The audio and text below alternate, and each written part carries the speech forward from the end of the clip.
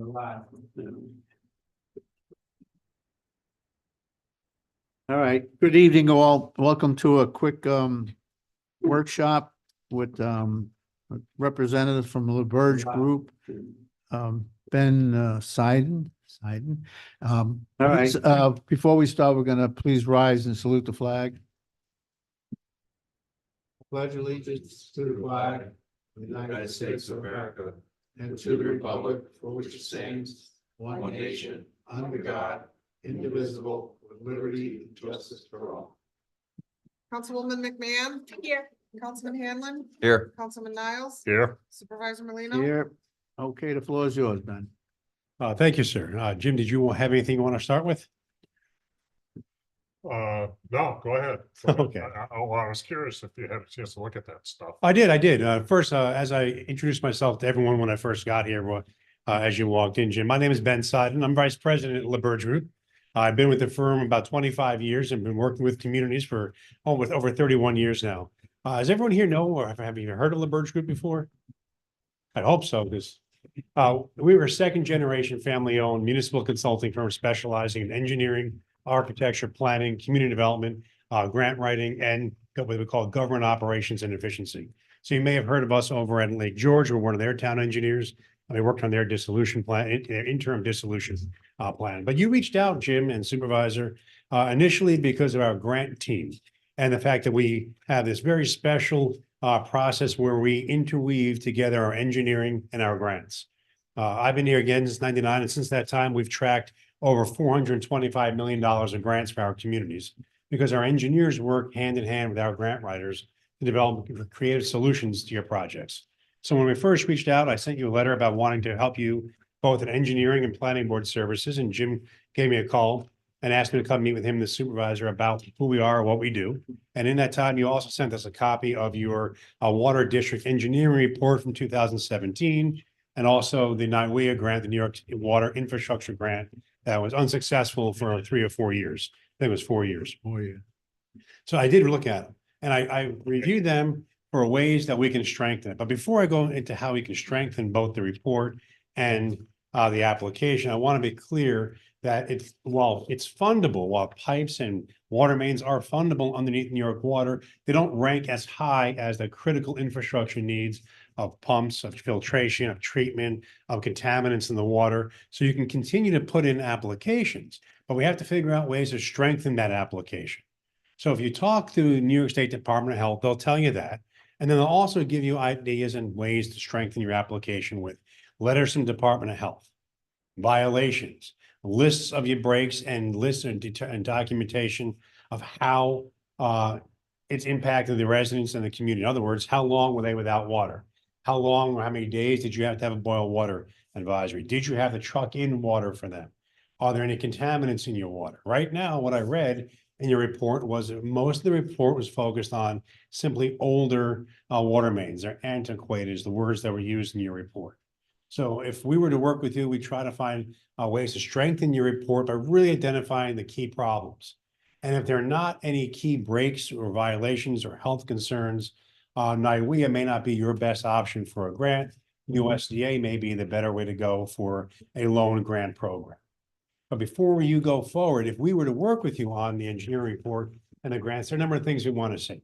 We want to know the history of the problems. We also want to talk with you about how much you pay right now for water, because there's a rule of thumb that USDA uses, which is 1.5% of your median household income is a cost that's fair or average for water. So we want to understand how you come up with your water rates. I know you have an amount per set block initial, and then you have per 1,000, maybe 4.25 or something like that per 1,000. But we want to talk to your building clerks and figure out about how much you pay annually, then look at the USDA requirements. And then what we would do is revise your engineering report to strengthen it with the challenges, with the actual critical deficiencies in the system, not just antiquated. There's a difference in those words: antiquated, critical deficiencies. Those words, those key words, and how one of my grant writers work with my engineers to make sure those words are in your reports. That's how you strengthen the actual engineering report. With the application though, Jim, there are 2 areas that were checked no, that actually should be yes. One of them is the project called for in a comprehensive plan? I saw that. Guess what's in your comprehensive plan? Guess what's your priority project number one in your comprehensive plan? It's your water improvements. Yeah, So- Constance, just so you know, we passed the new one last year and Correct. that's 4 years older. Now, if it was in the old No. one, I don't know. The application was from this year's New York Water. Not the engineering report, but the WIA I think application. that They- application did go in though before we finished. Could have been, but you had I'm sure you had a draft comprehensive plan. Yeah. And the funding agencies will use a draft comprehensive plan. You say, check the box, yes, you say it's within our draft comprehensive plan. You can point to the page that it's on. And Same- not that I wanted to stop you. I I noticed I that. want you to meet Ron Dool. He's a water superintendent, Hey, Ron. road superintendent. Nice And to he meet can show you a lot of pipes that we pulled out of the ground to fix in the last couple of years. Sure, We so, save them all. you know, if, you know, I know that the town board passed a resolution to potentially work with us, and if we are finalized our contract and our process, we'll obviously meet with you, go over your system with a fine tooth comb with you, identify those problems, map the problems, or if you don't have a map, we can bring a map and we can go for a drive together. If you have pipe you took out of the ground already for repairs, you want to look at those pipes to see if they're cracked or if they're punctured. I'm working with the community right now, and just mind you, I'm not an engineer. I don't play one on TV, but I happen to have been working in this field for a long time. So down in another town in Rensselaer County, they have about a 2,000 linear feet of pipe that have punctures the size of my fists. Not cracks, not fissures, not joints, not areas where it was, you know, where you have a lateral coming out. In the main punctures, 11 in the last 3 years. So what we're trying to figure out for them is there something that happened in construction? Either the quality of the pipe that was purchased is only 23 years old. So either in the quality of the pipe or in the backfill that was used to fill it in, is there some soil condition that's enhancing the corrosion or deterioration of the pipe? Those are things that we would talk to you about. We really have to get down and dirty to the problem you have and add that to your reporting to make that case for why the state should invest in you. So Monday, 2 days ago, today's Wednesday, right? No, Tuesday. It's Tuesday, Monday, yesterday. The governor opened up the next round of New York Water. It's due June 14th. 350 or something. 320, right now, it's $325 million. The environmental advocates, the environmental nonprofits and the lobbying is trying to push it up to 500 million, because that was part of the bond act that could go towards that. So in my estimation, it'll be between 325 and 500. It'll be due June 14th. Next point. This year, a new little wrinkle for enhanced WIA came out. It's if you are a small rural community, you're eligible for a higher percentage of enhanced. Anyone know what a small rural community is? Population of 3,500 or less. You are right now, according to the 2021 American Community Survey, ACS, that's what the state's using right now to qualify the median household income and poverty and population. You're at 3129. So you qualify for that enhanced. The trick still is, though, pipes alone aren't going to make the case unless you show severe deficiencies, violations, breaks, people without water for long periods of time. So we would work together, Ron, to really identify those and strengthen your report. That report is the foundation for all your grants. Now, many of you may not know, I present down in New York City Association of Towns every year. In the past few years, we've been talking about grant development, how to fund infrastructure projects. And this year's presentation in a few weeks is small community, large problems. It's using case studies from throughout the state of communities like yours and how they fund infrastructure. First and foremost is going to be your engineering report and backup documentation. Those letters from the health department, the report, soil testing, violations, everything we mentioned already to build that case. You have to build that case. The report you have right now, while it's fine for an engineering report, didn't really build the case. In your WIA grant, you also asked for about $400,000 for your water tank. But in the engineering report underneath when the divers did their analysis of your water storage tank, it said right in there that we're not critical deficiencies. So you need to really strengthen your report as the basis to get the application funds. And that's the kind of thing that we do here at LaBerge. I mentioned before the engineers and grant writers, but they really work hand in hand to make sure the reports meet the requirements of the funding agencies. And we never tell you that our work's going to guarantee you money. I can't do that. But we will put you in the best case scenario, the best stance to access those dollars.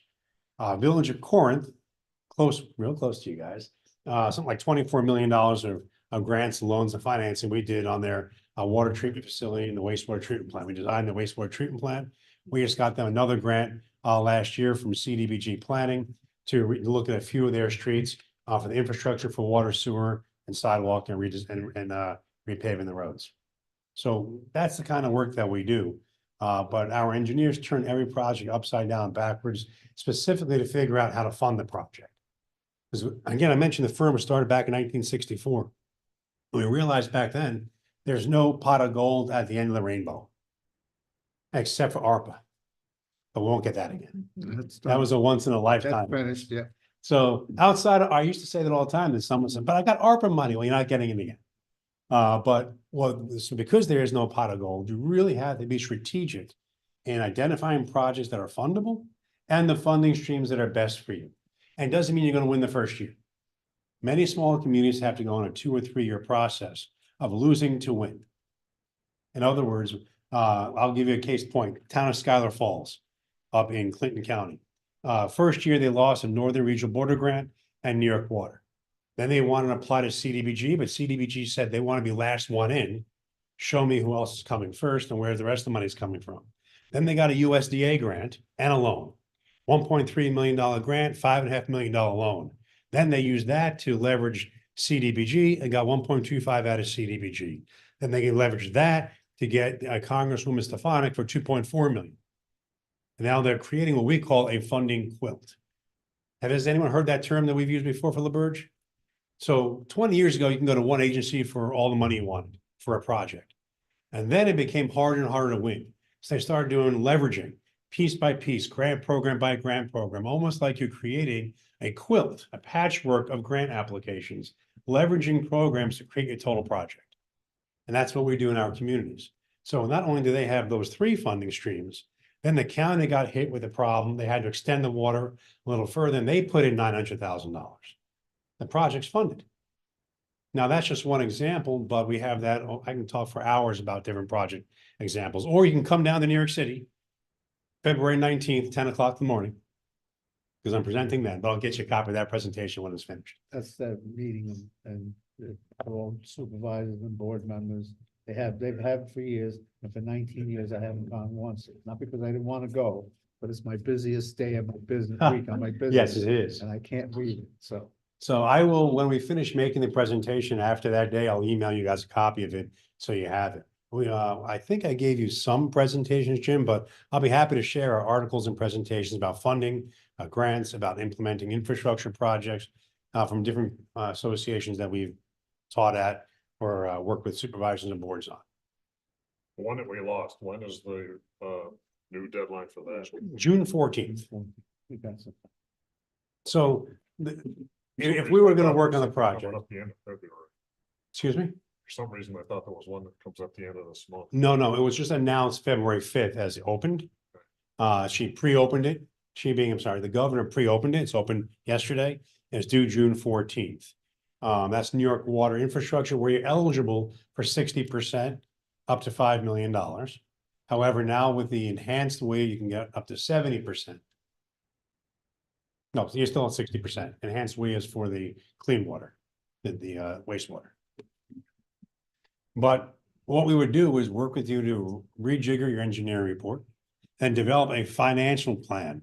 So when I understand what your costs are so far, we're able then to look at the different funding streams, and then we're able to estimate what the resulting cost to your taxpayers will be in that district per EDU based upon the different funding streams, whether it's a bond, whether it's New York Water, whether it's USDA.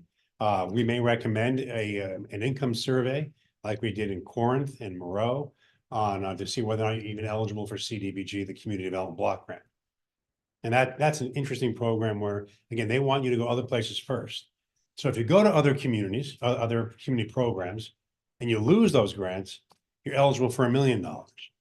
But if you win a grant, you're eligible for more money, 1.25 million. It's kind of backwards, but that's their process because they want to leverage, they want to create that funding quilt with you.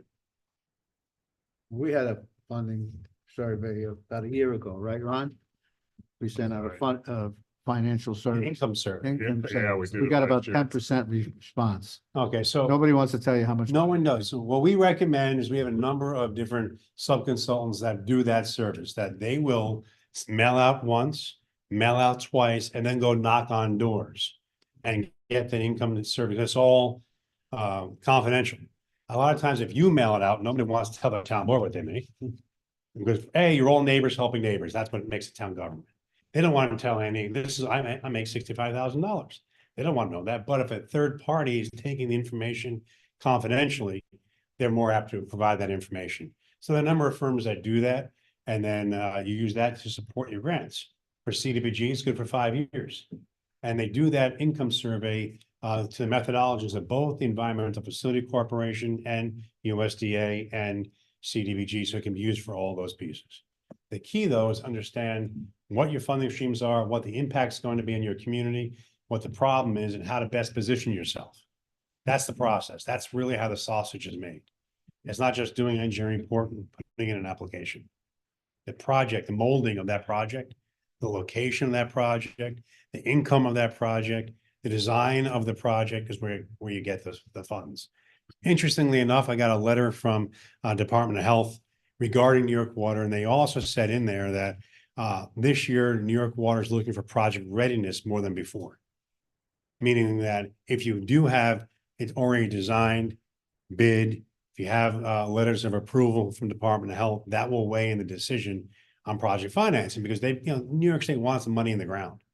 They don't want you to have a project that you're now waiting 2 more years to design and construct, because if you have to wait 2 more years, somebody else is ready to go who move above you in that funding pecking order.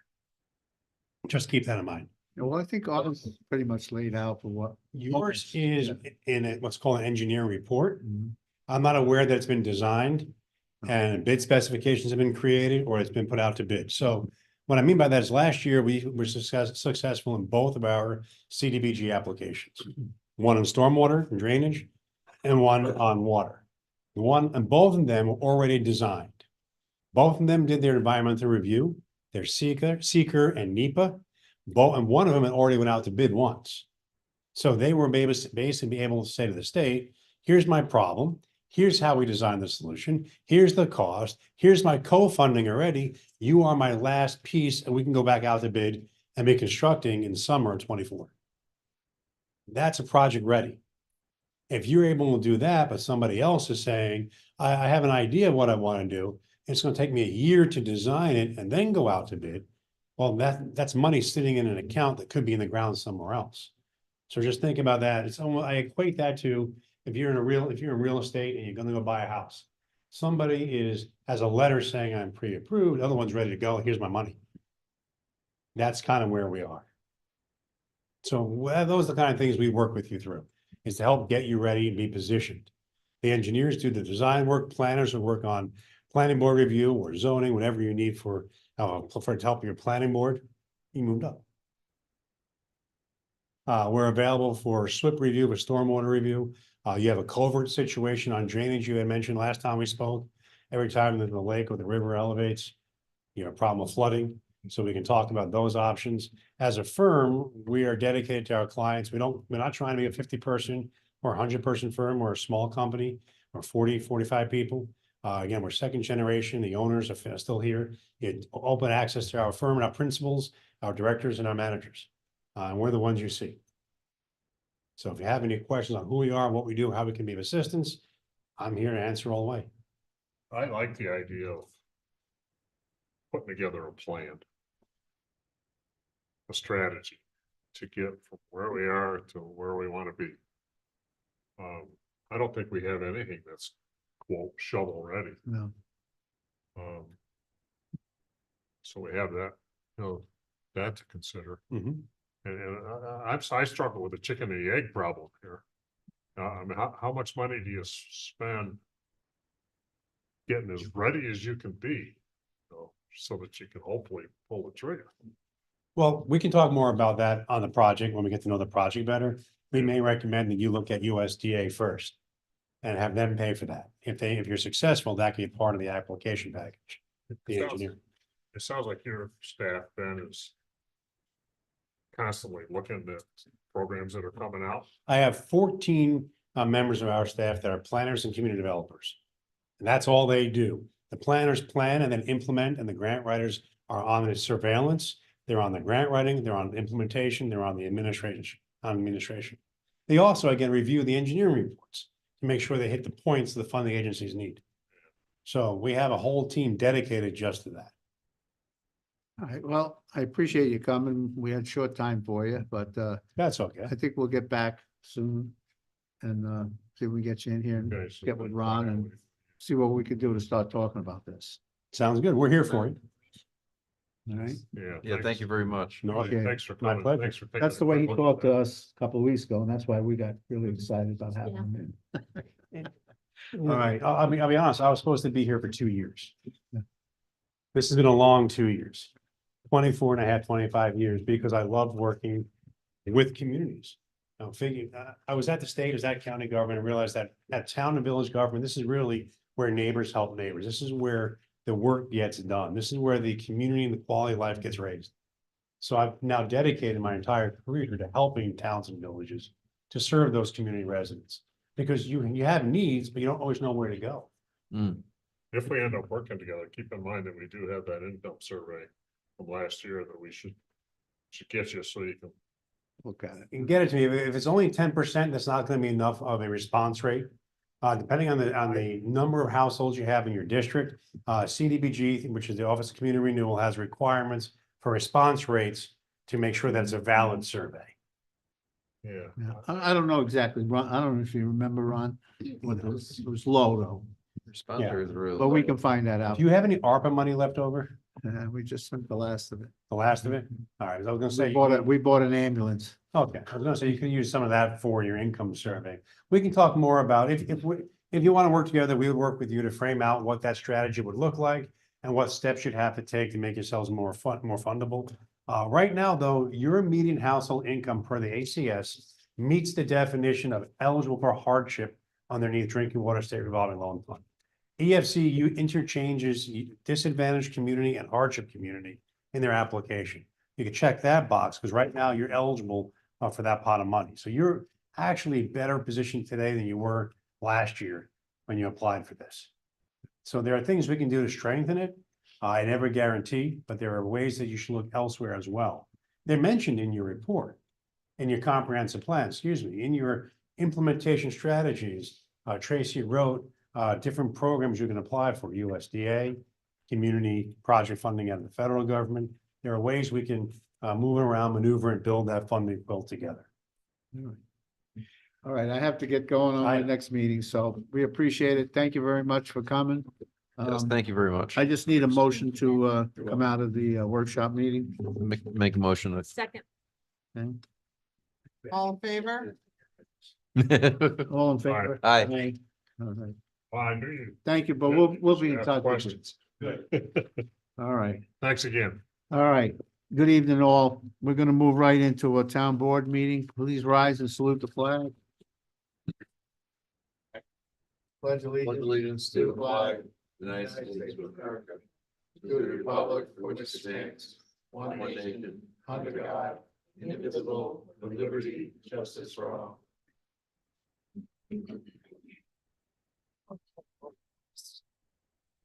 Councilwoman McMahon? Here. Councilman Hanlon? Here. Councilman Miles? Here. Supervisor Merlino? Here.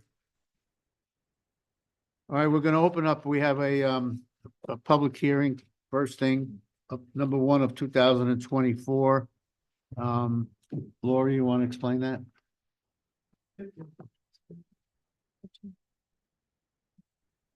So in 2023, the end of 2023, the board passed a local law which provided real property tax exemptions for volunteer firefighters and ambulance workers. The public hearing notice had the wrong date on it, so the law that was submitted to the Secretary of State wasn't noticed appropriately. So local law 1 of 2024 just repeals local law 2 of 2023 and replaces it with the exact same text, but it was noticed properly. So when it's filed with the Secretary of State, it will be effective. Do we have to have a resolution to eliminate it? It's all. Oh, it's in there already? contained in Okay. All right, so then we need a motion. Well, we have to hear from the public. Anybody? Yes. Want to come up, talk?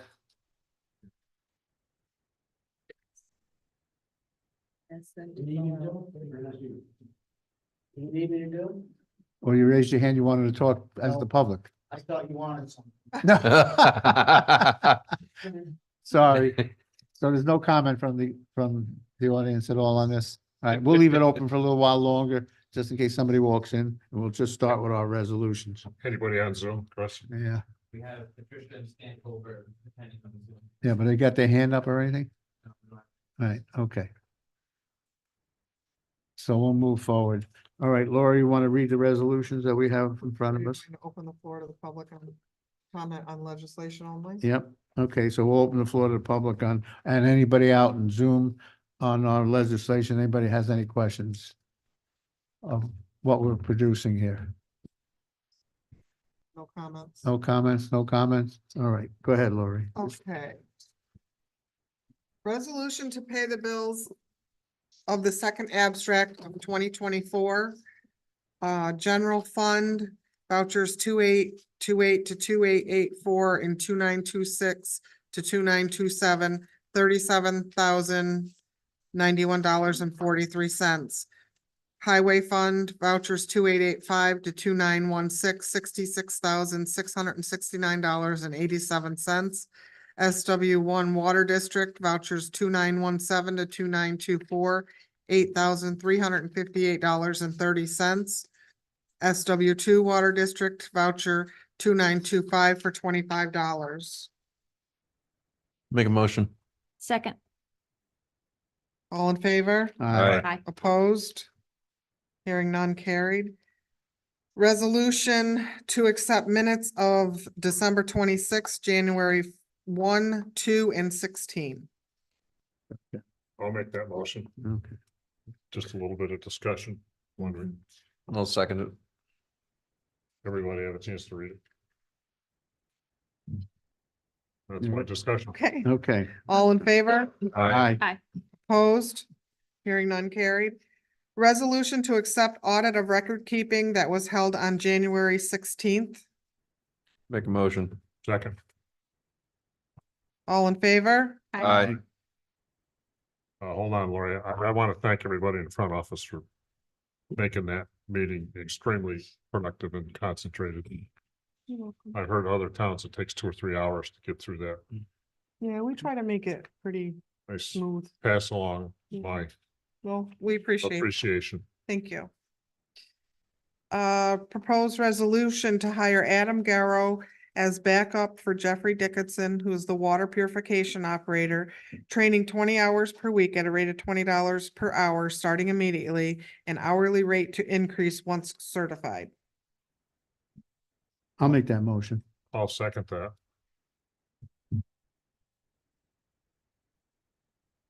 All in favor? Aye, Opposed? Hearing none carried. thank you. We haven't closed the public hearing on the local law. You want to close it first? All right, I need a motion to close the public hearing. I'll make that. A second. All in favor? Aye. Aye,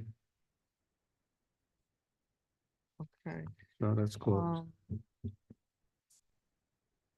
So resolution to adopt local law 1 of 2024. I'll make that motion. I'll second it. All in favor? Aye, Aye. Opposed? Hearing none carried. Resolution authorizing Councilman Niles to distribute a request for proposal to solicit quotes to conduct aquatic plant surveys during the summer of 2024 in Lake Bernard, Fourth Lake, and Lake Luzerne, contingent upon attorney for the town approval. Make a motion. Second. And let me just give you a brief update. Attorney Kassane has looked at it and she suggested, and I agree completely with the suggestions, a little more information in the insurance and indemnification section. She encourages to say insurance coverage of the contractor must be submitted with bid and will be forwarded to the town's insurance company for review and approval. And then the second paragraph, I hope my paraphrasing is correct, is basically they can't sue us, hold us harmless. If anybody wants to read it, I have it here, but it's, indemnify, hold harmless, that kind of stuff. That accurate? Correct. That's the only suggestions, changes from the one I sent you.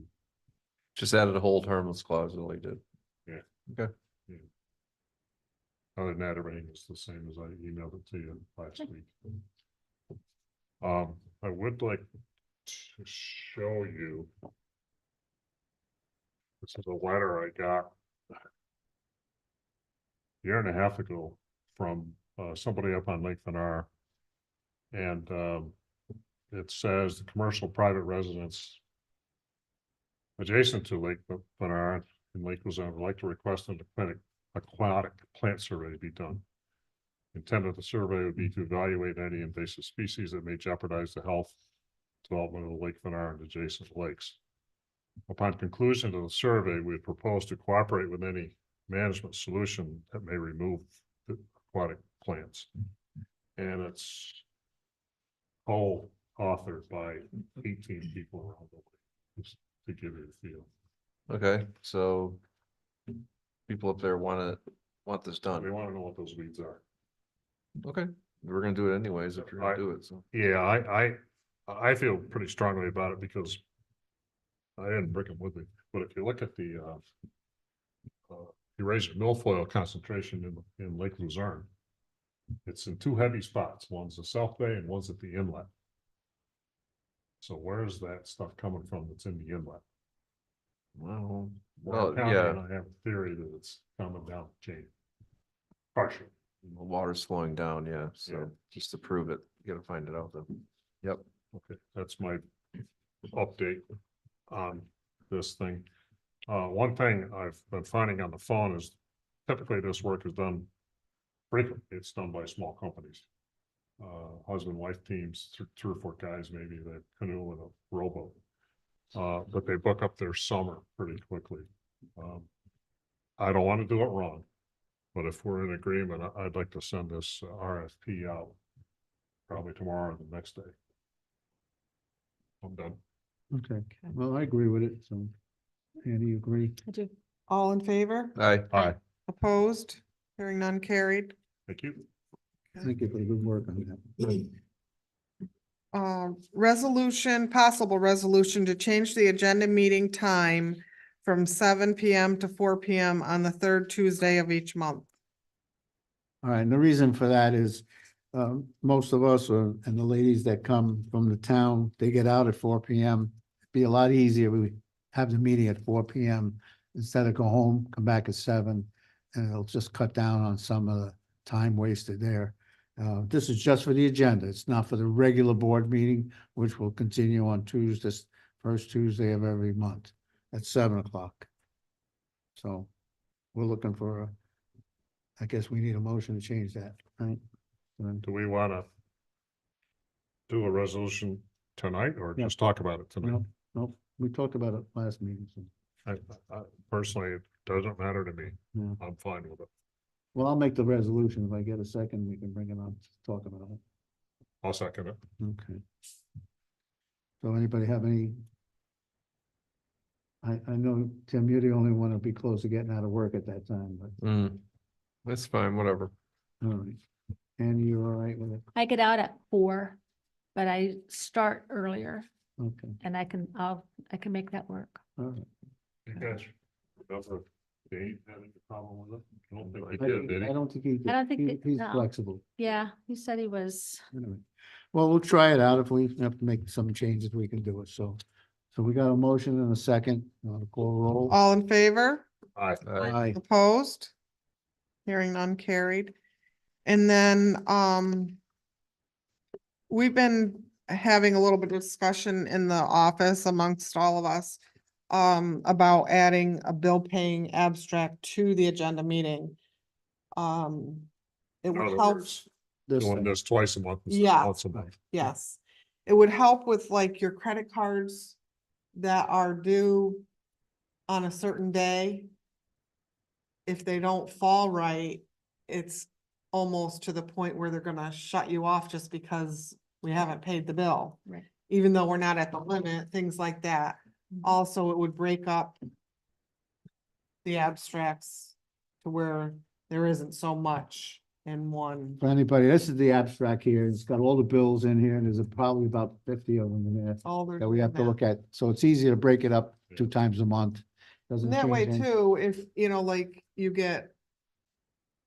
Sometimes employees, may have to pay for something out of their pocket if they're out and they put in a voucher. Reimbursement. They're not waiting a whole month. It doesn't happen very often, but it did happen. And it was a little bit of money. And that way they're not waiting a whole month to get reimbursed. Like if they have to go to the post office or something like that, because the card couldn't be used because the due date fell too far. So, I mean, you get that, right? Am I Mhm. explaining that good enough?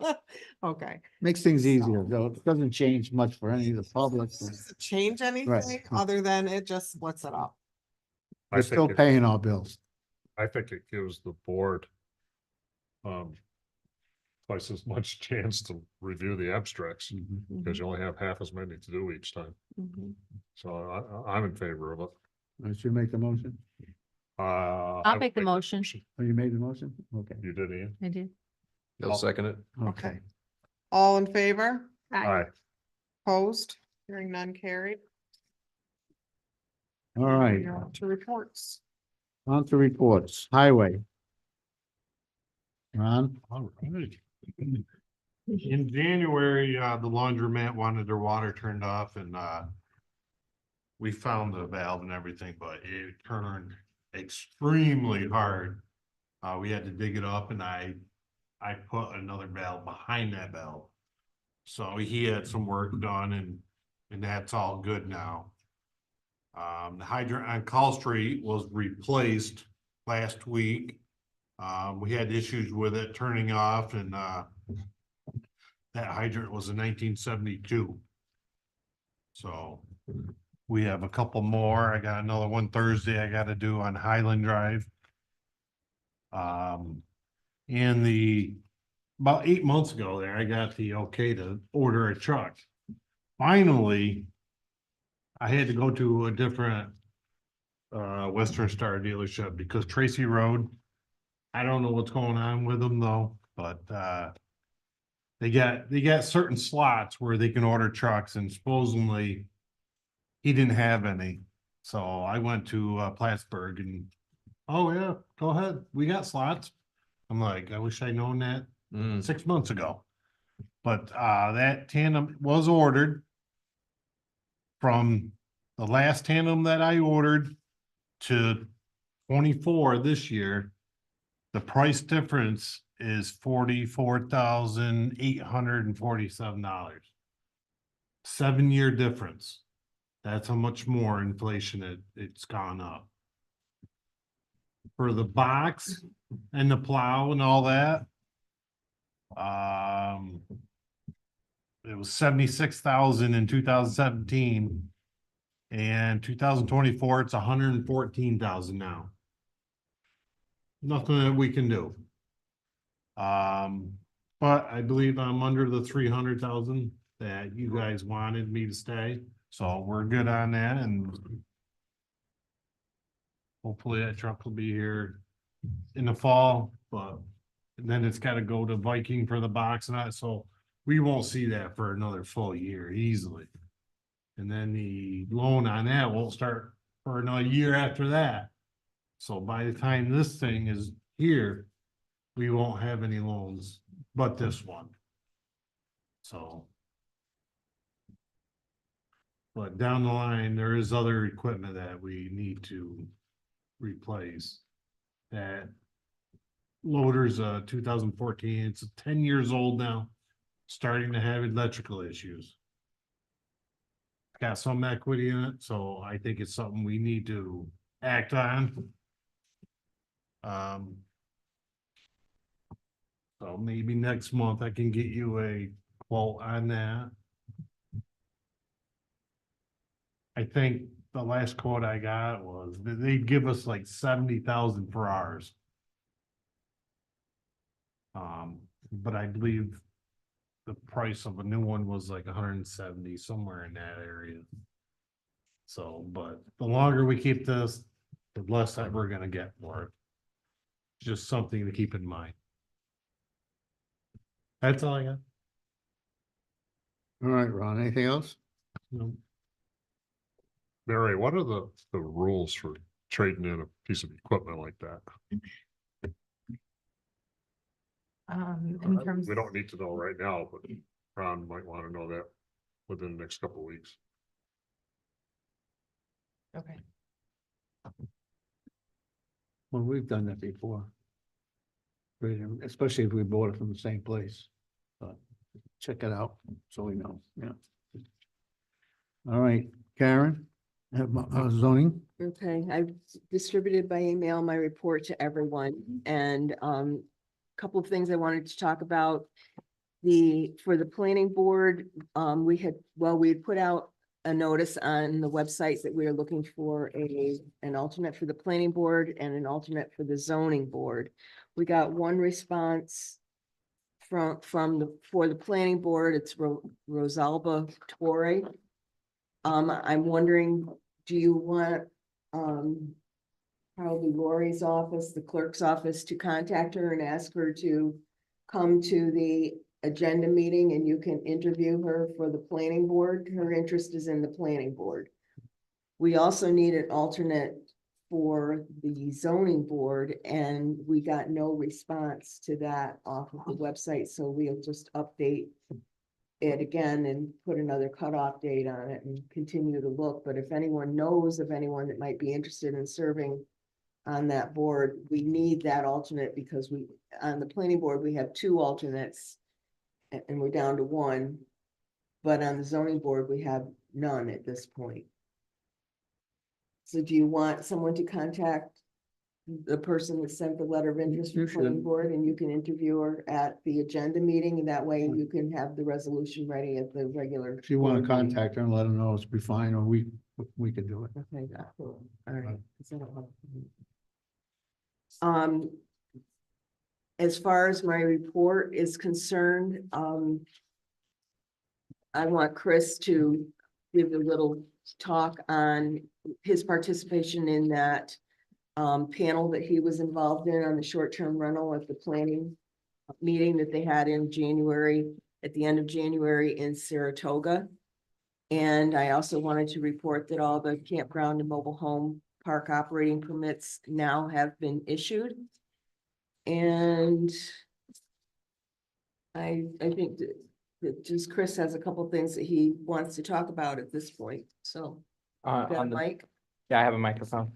On the subject of short-term rentals, I sent out 8 short-term rental violation notices to property owners who identified as violating our short-term rental law. I used Airbnb to determine, and the photos and the information on the website to pinpoint these particular properties, but there's still 12 that I can't figure out which ones they are based on the information and the photos that they provide. So I sent 8 violation notices, one to each of these property owners, and we've heard, the report says 2, but as of today, there have been 3 responses, and they're working with our office to come into compliance. Now, as far as the planning panel discussion, the hot points were that Lake George has amended their zoning ordinance every year. They with pertaining to short-term rentals, they put it into their zoning. It's not a town ordinance or law. And they've amended their zoning ordinance every year to tweak it. And one of the biggest things that they've done every year is increase the fines. And it wasn't until the 3rd time that they increased their fines that they know that they got a lot of compliance back and people started applying for permits. So that was one of the big takes from there. Can I interrupt you and ask Yeah. a question? Yep. I'm sorry, fine. the zoning approach to short-term rentals. How many, if any, other communities are doing it that way besides Lake George? That's a good question. I Back could, when I I could get was back to you on that. putting this thing together, they were the only one I found. They, they put it in their zoning so that certain zones were allowed and others were not. Right. Our zoning ordinance, as you know, allows it for it in any zone as long as it complies with the other regulations. Yeah. So. You know, there were some situations where. It didn't work in the property owner's favor, but it did preserve the identity of the zones and the neighborhoods in that community. And Lake George is a pretty commercial area. Yeah. But by not allowing it on the outskirts of, we're talking town of Lake George, not the village. But by not allowing it in certain zones, it preserves the character of neighborhoods. From what I remember 2 or 3 years ago, talking with their planning department, it's pretty much like a low intensity motel zone. Yeah. Yeah. So, but there's a high demand there. You know, we're Yeah. certainly in a good spot as far as being close to Lake George as well as Saratoga, Queensbury, Glens Falls. There's enough city around us. That we're in a, you know, good location to have short-term rentals, but as far as regulating them in particular areas of the town, that's why Lake George took their approach. Thanks. So actually, there were 4 questions brought up in the Q&A session. A majority of the time was spent discussing sex offenders renting these short-term rentals and the legality of restricting it or, you know, prohibiting sex offenders from renting a short-term renter. Long-term renter has to notify all the nearby properties, but in a short-term rental situation, you know, if someone books it the night, 2 nights away, how are you going to notify the neighbors? And there isn't any case law, from my understanding, where it was fought or presented, but it could be a discrimination issue, according to Dan Baruch, as well as a few other people echoed that sentiment. The other key point, ADUs, accessory dwelling units, came up. That seems to be a hot trend, basically allowing for an apartment or a mother-in-law cottage or something like that on the property and renting that out. And that seems to be a trend in zoning that we might want to consider when we update our zoning ordinance, including some kind of permissibility or language pertaining to that. But obviously, if ADUs are being used for, you know, a family member or even a little extra rental income for a long term, that's kind of different than a short-term rental. Depending on how you restrict it or regulate it, I should say. So. Those were the key points, the takes from the panel discussion, I would say. It sounds interesting, some of the things. Can you get that all printed up for us, and so we can get a copy of that, and then maybe we should get together one workshop night and discuss it. As far as the things we need to look at in our short-term rental regulation.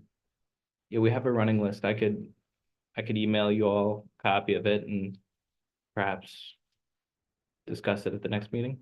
What are your and Karen's thoughts about when should we work on that list?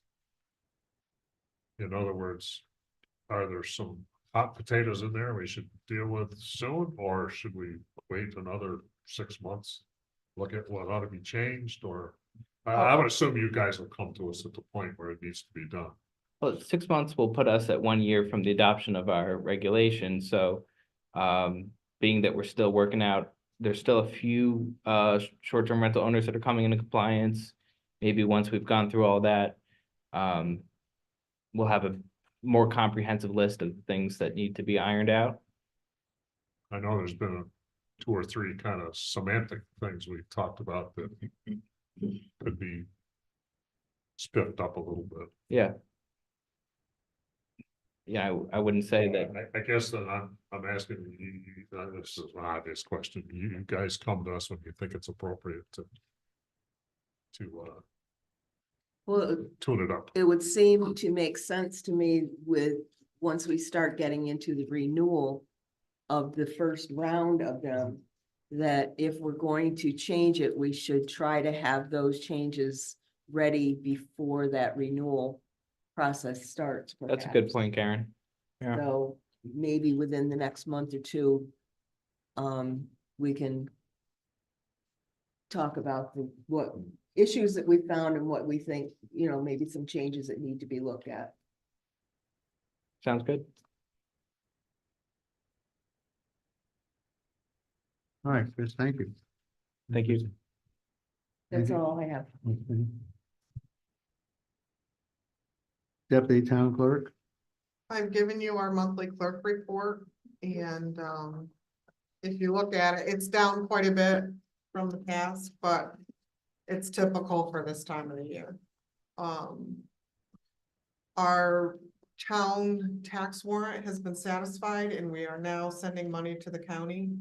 We have to meet an obligation of, payment to the county on the 15th of February and again by the 15th of March. And we're already taking a second payment over there tomorrow. So, things are very good. going right along. And it's been extremely busy in our office with that. Credit card, people using credit cards has been a good response, so. And, it's easier when they call and say, they need a copy of their bill. We can direct them right to the website. And we don't have to really take the time to email a bill ourselves, unless they specifically want it, we will do that. But most people are happy with us telling them exactly how to get it and they do it themselves now.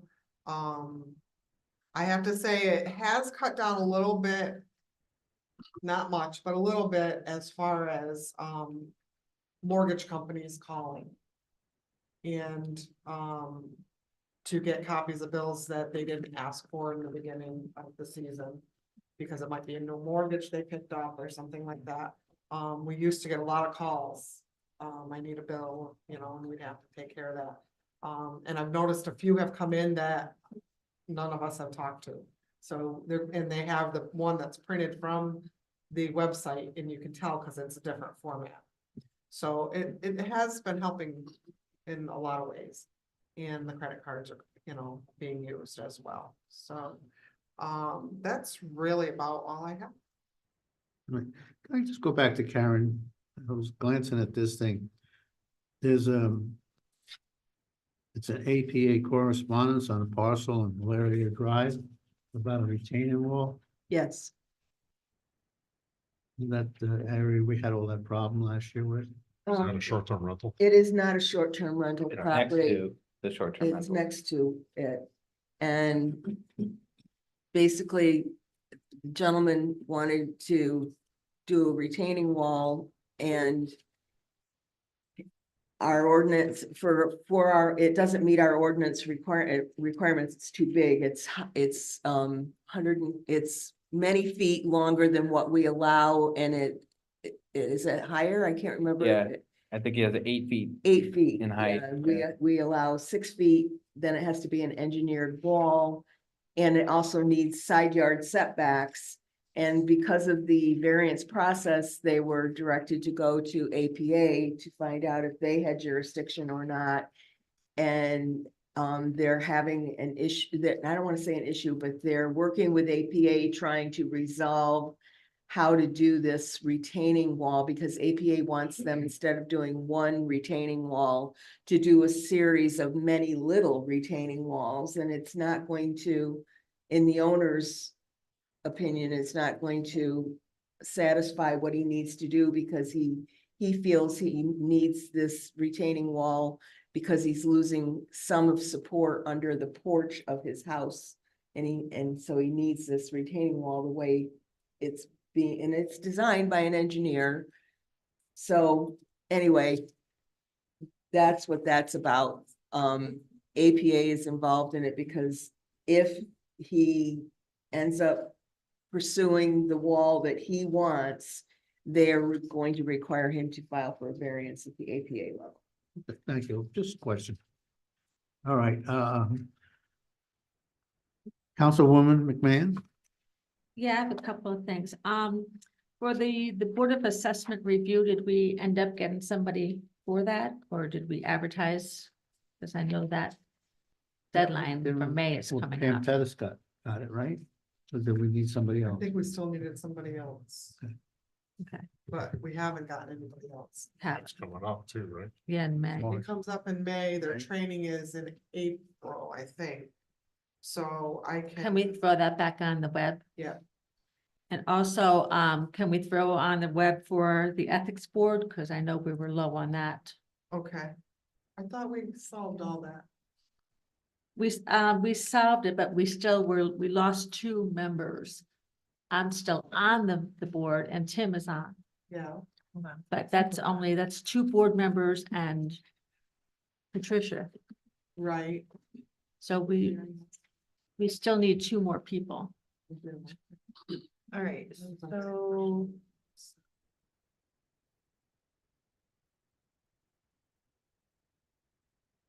Says, Annie may continue on the ethics board if she chooses to, and if she does, then we are complete.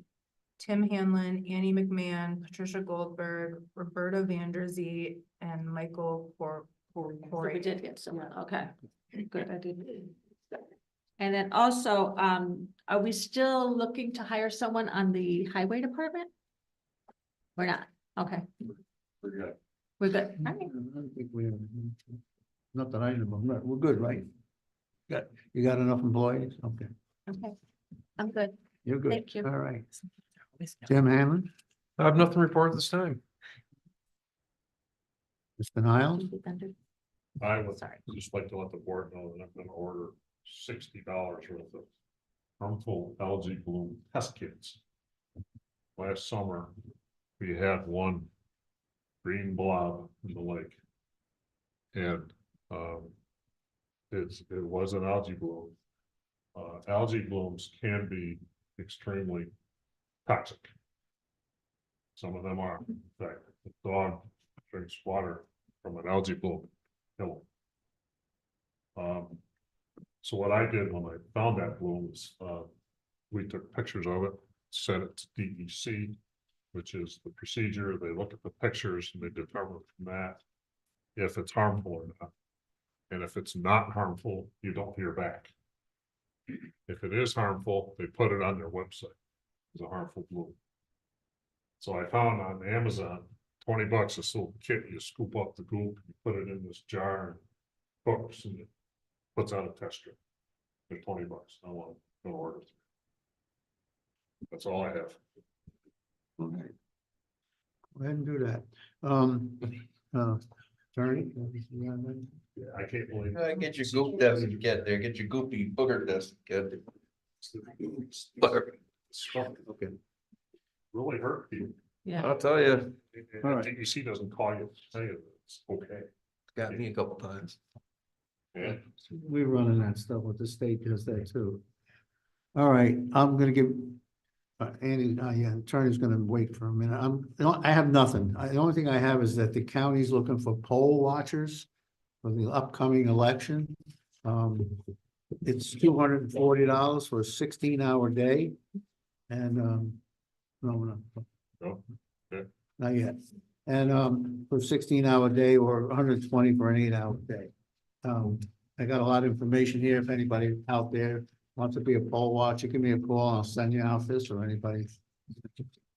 That reminds me, excuse me, the Paul Smith's College is looking for, I think they have to be 16 or 18 years old. The kids at the aquatic inspection sites, like at the boat launch, to make sure your boat's good. They're looking for kids for summer help. It's through Paul Smith's College. I have a link on a website if anybody's got it. Daughter or son that's going into college and kind of likes that kind of stuff. Might be a nice summer job. And the only other thing I'm gonna call for attorney-client privilege at the end of the meeting. It won't take long, but it's board. All right, open the floor to the public. Well, I got one thing, Gene. We were You're supposed to, finished, I'm finished with you. we were supposed to have a resolution on my employees for their, to get them up an hourly wage. We did that. Uh, We did that already. We did it at the last meeting. Okay, I didn't know if you had to accept it here. No, we did. Okay. The resolution was done at the last meeting. It was a workshop meeting, but we. Oh, I didn't thought you get had it to done. wait for a town board meeting No. to accept that. Normally we do, but Okay. we wanted to get it to run and coincide with Gotcha. the 1 week and 2 week. Thank you. Thank you. Anything from the public? Anybody has a comment? We've got Patricia Goldberg online. She just raised her hand. All right, Patricia, I'm gonna Good open up evening. her video feed as well. can she hear me? Oh, Yeah, there she she should is. be able to hear you. Good evening, Patricia. How you doing? Okay, how you, Jean? How's everybody? Fine. I just want to know whether the poll watchers are for November or for a primary. Okay, now you beat me. I didn't read this whole thing now.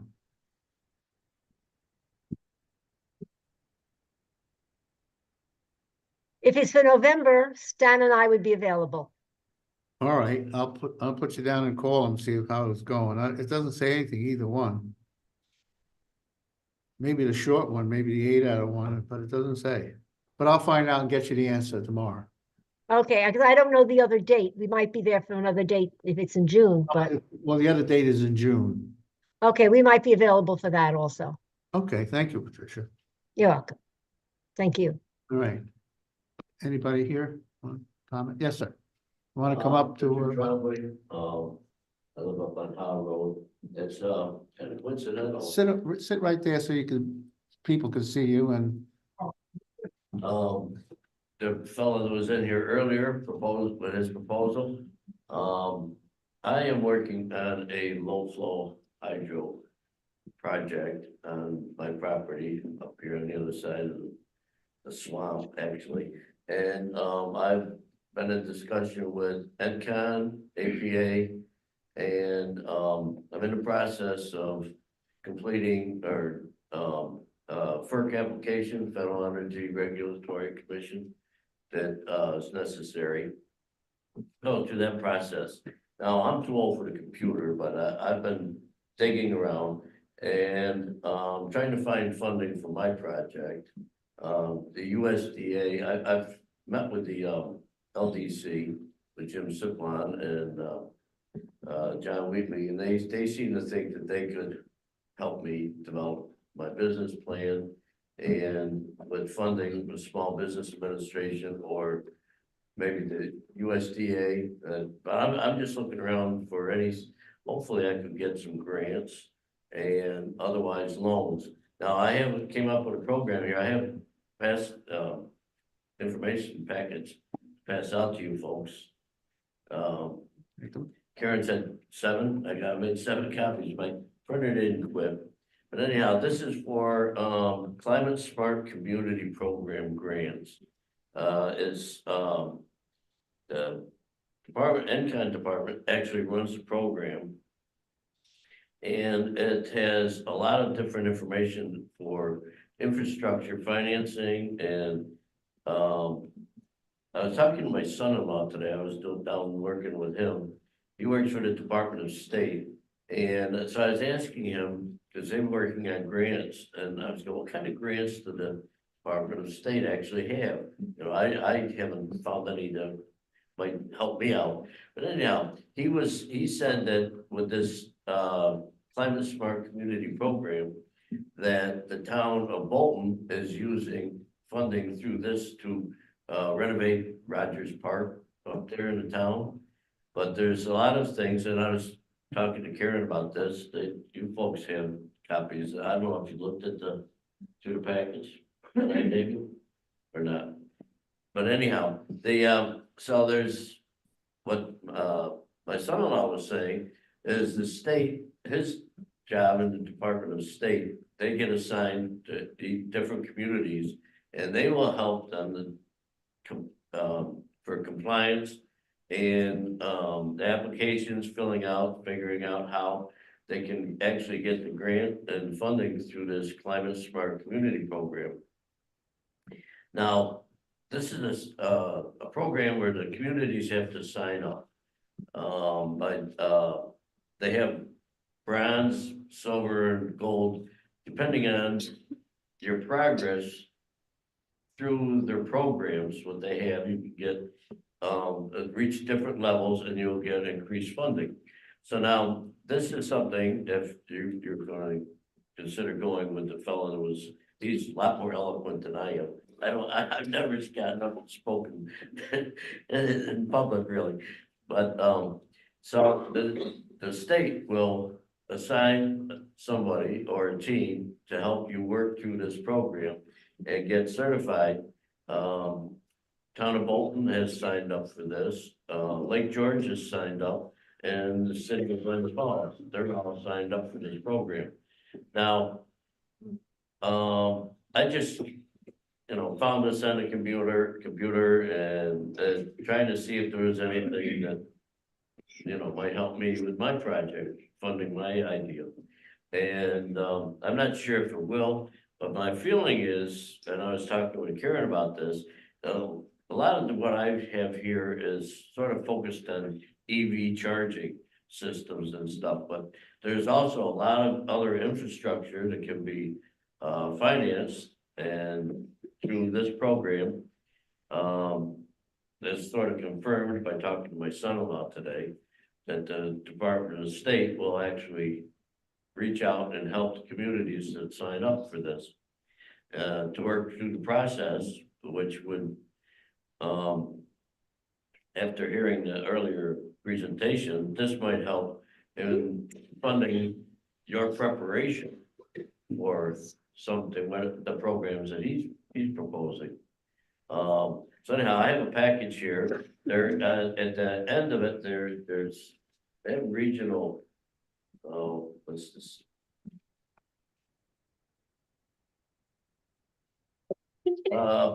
Coordinators, regional coordinators, and for the North Country is Carly Leary, Adirondack North Country. But so the other thing is, my feeling is that this community signs up for this program, and I'm gonna apply for a USDA grant. I've talked to NYSERDA, they seem to be amenable to giving me a loan, loaning my program from giving me a loan for my proposals. And if this community is, on board with this, going toward the green energy and everything like that. I mean, there's a big push, a lot of money out there, and everybody wants that. And if you folks are interested, if this could help the community, it might also come back and help me with my applications. I'm trying to cover as many bases as I can. I started at zero, so I'm not exactly sure where or how to go about this, but I think with support from LDC, I have talked to a consultant that deals with small scale hydro projects, and NYSERDA was really enthusiastic about my approach. So there's yeah, like I said, I'm talking to Karen, she said bring some packages. I don't know who gets these. Leave them over here because I'll definitely. you can get one to him, and then we have a grant writer that works for the town, Tracy. Right. And the LDC, when did you go to the LDC? Oh, about 3 weeks ago. I was Okay, I talking to missed that meeting. I'm on the LDC. Really? Yeah. Cause I just stopped in there. There was a presentation by Northern Power and Lights. I don't know if you're aware of that. They buy, it's like Next Amp, where they buy from all the different, they have a dam on the St. Regis River, they have a dam on the Schroon River in Lawrenceburg. They're working on the Borlax over in, just buy the power and sell it to customers, just as similar to Next Amp is what it would be. So I stopped over there, and then I got it in my head, maybe the LDC, somebody suggested, I don't know if it was you that suggested, maybe the IDA that might be able to provide some funding. IDA is bigger, yeah. And so I just stopped in there and talked to them, and they said, well, they could, they're willing to help me with the, develop my business plan.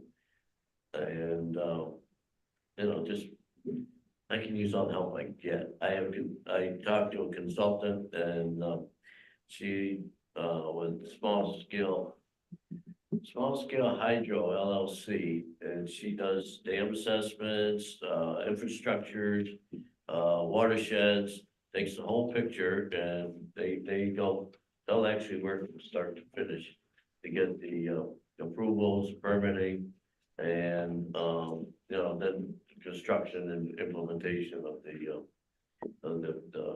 infrastructure to generate power. Well, your own personal project involve a dam? Yeah, I have a dam on my property. And I just kept watching the water go over. I'm going, geez, I could generate my electricity for the whole year in about 2 days. How far does it drop? Huh?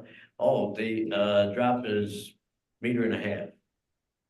But the system that I'm focused on is not depending on head pressure. Yeah. And Head is it's more volume. Pipe. Yeah, this is more volume.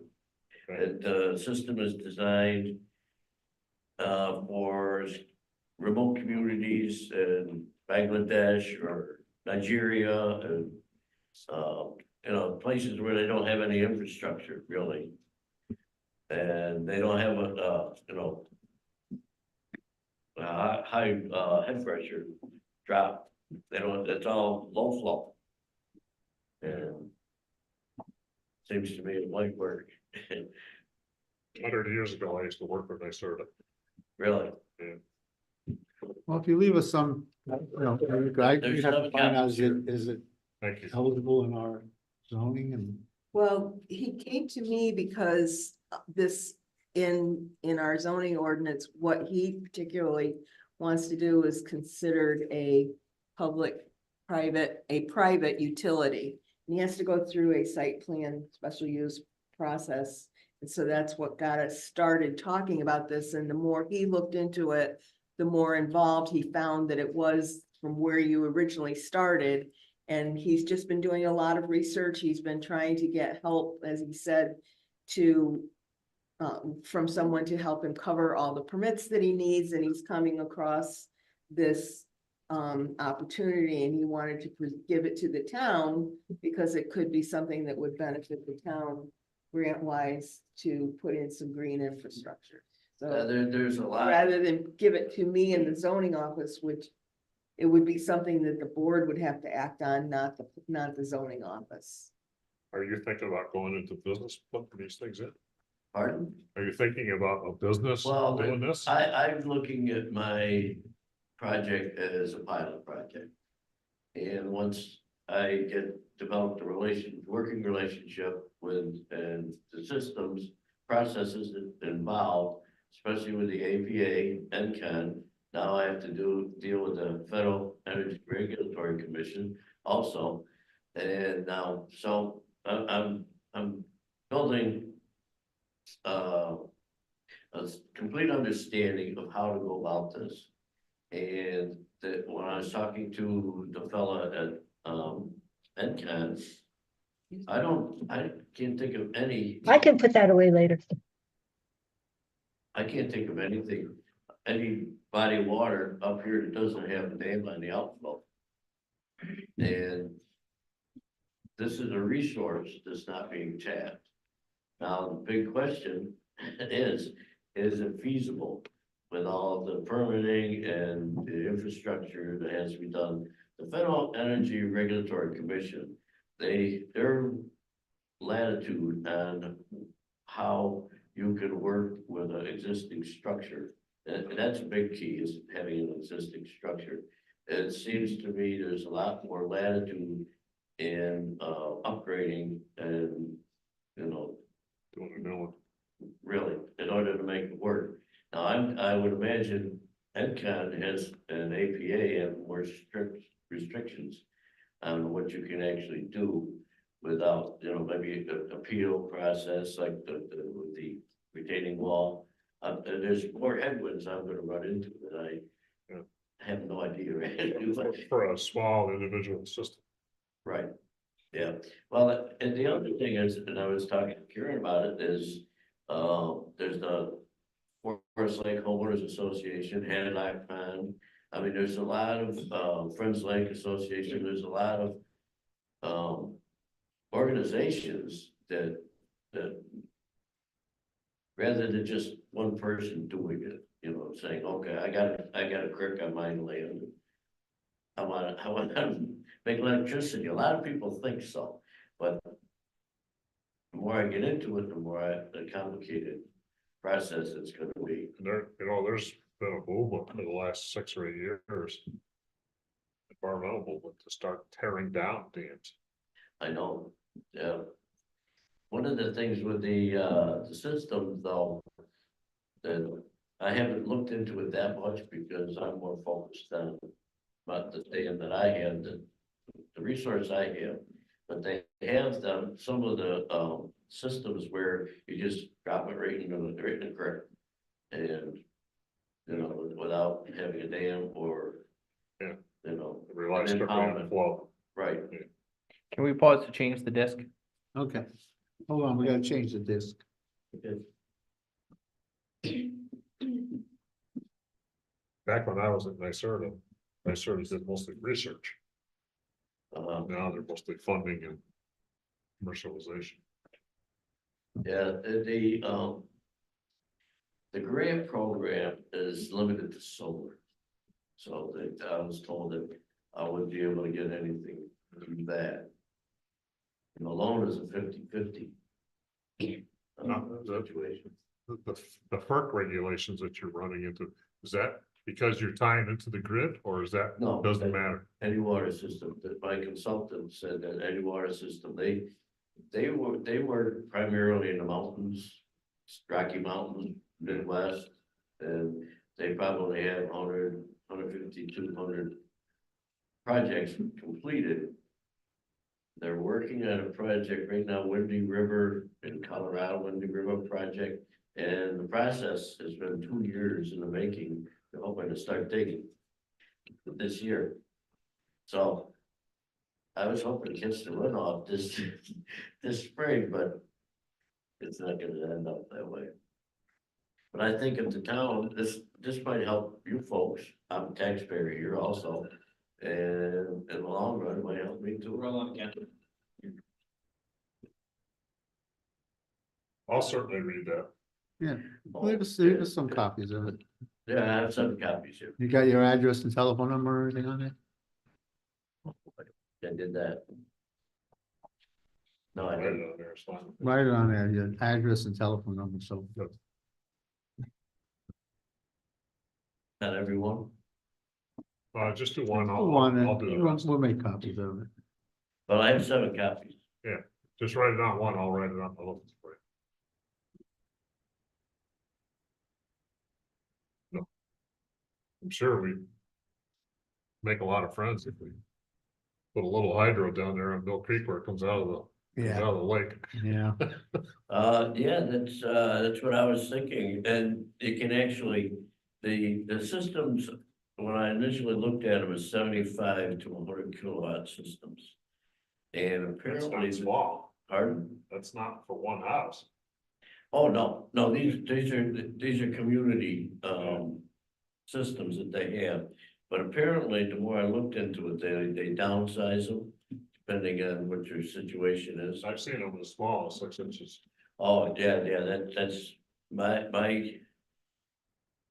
If I put my guesstimate is if I put a 75 kilowatt system in, the maximum would be 130,000 kilowatt hours output per year. Now, if I can generate 50 to 70,000 kilowatt hours per year, I'll be very happy with that. You could run 10 houses off that. Oh, yeah, the systems are, they say like 85 to 120 houses. They're basically designed for small rural communities that are off grid, that don't have any access.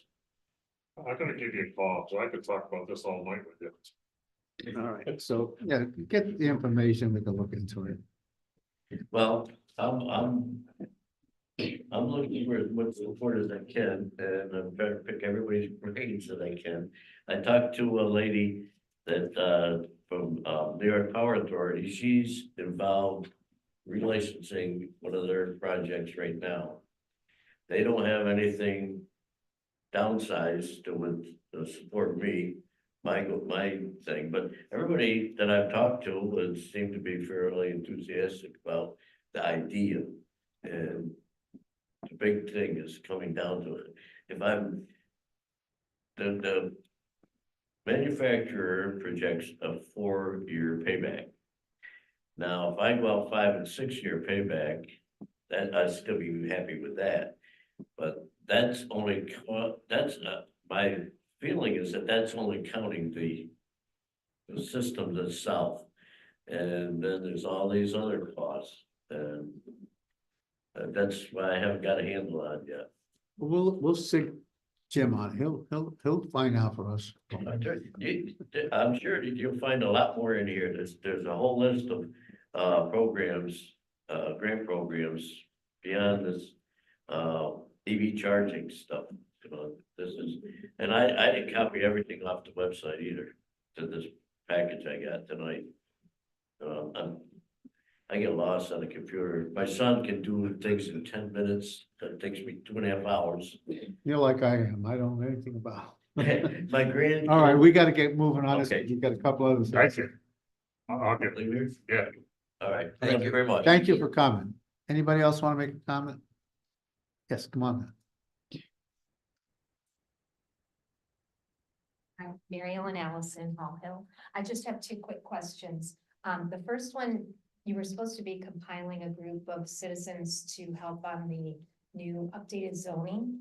And I Yes. wondered if you'd started that yet. We just started talking about it a couple of days ago, and we got, we're on a Zoom, Chris and I, and, on a Zoom, 2 days, Friday it was. Friday, With yeah. the state, and we gotta get a lot of information for them first, but that's the first thing they wanna know is who the people, what are they, you know, what their job is, what are the relationship to the town. So we're gonna look for about 8 people, I think. But you haven't started. We don't have a contract. No, Okay. And the other question that I'm gonna keep bringing up is, has there been any thought put into starting a housing committee? well, I brought all that stuff to you the last time you were here, and I told you it was in my office, but you never picked it up. We went to, the county had the whole thing. Well, I told you about that. Yeah, well, we Yeah. And I went. had all of that. Oh, Yeah, okay, yeah, well. I did, but I- thank you. But I just, the last time we spoke, you asked me to step up to do something, and I told you I volunteer my time. But the town has to do something official. I already said I can't, if we're looking to ask people to put a deed restriction on their house, I can't just walk up and knock on somebody's house and say, hi, I'm with the town. I'm not. You know, that's the thing. I'm just looking for some committee from the town. Do you have other people that are willing to work with you? I don't know. Hmm. I, Cause I mean, basically, it's tough for us to try to put it together when we really don't, you know. I gotta be honest with you. I went to the county's presentation of that study they just did. Yeah. And actually Gene and I both went. Yeah. Have you read that thing? I've read it. I've been to meetings When I- all across the. when I left atlas there- About this. When I left there, I left with.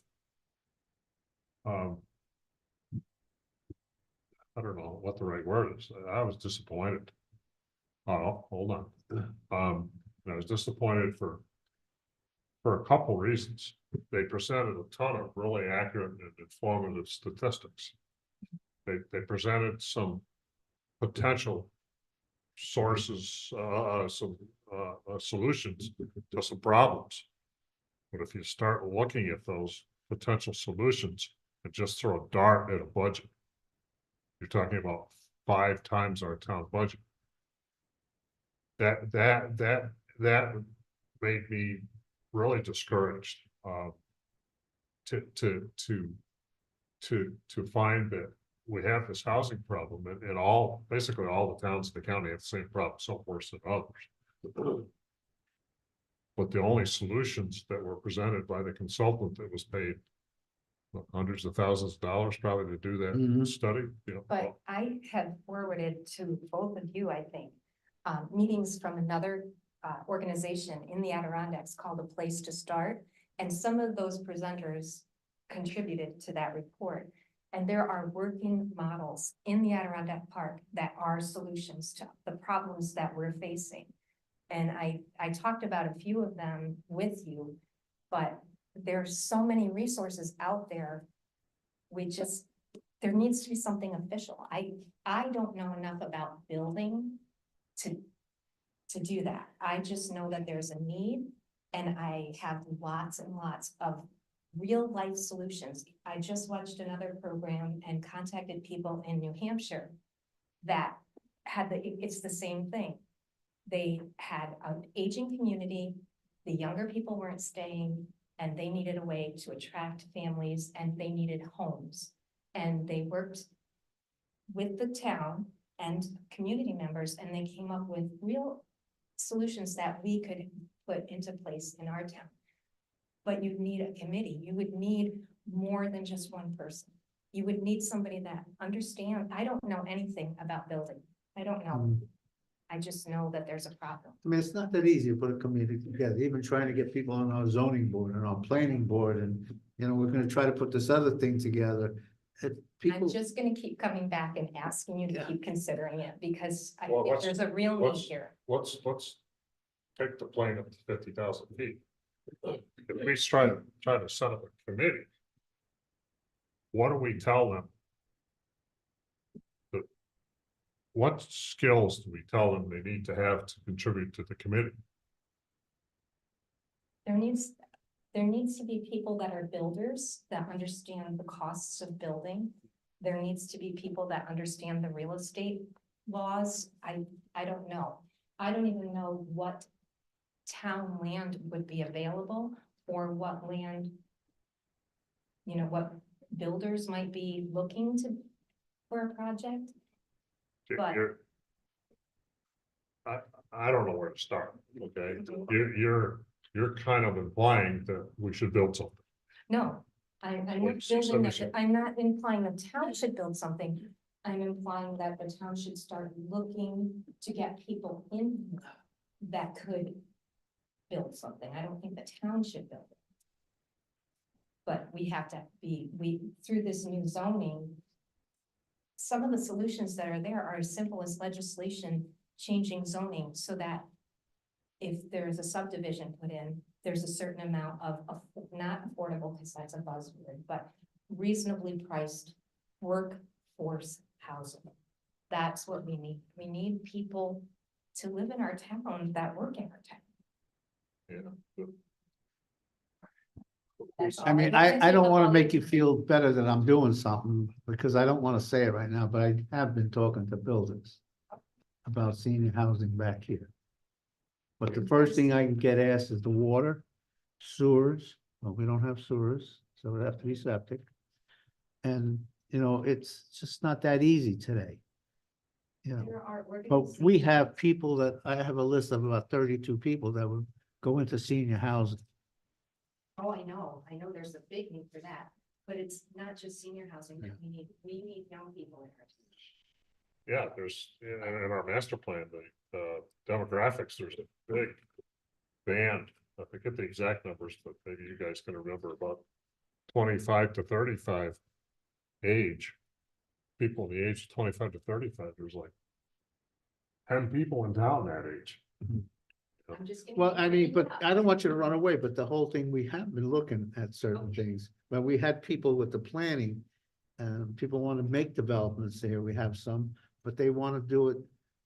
Well, I don't know if I hurt the word, I won't say the cheapest way, but we have designs on how wide roads have it, and we have people want to make the roads thinner, you know, That and it, was geared for workforce. yeah, It wasn't geared for young people to come in. That was more. yeah, they were for bigger, fancier houses, But he withdrew his application because he didn't want to make the road 2 feet wider.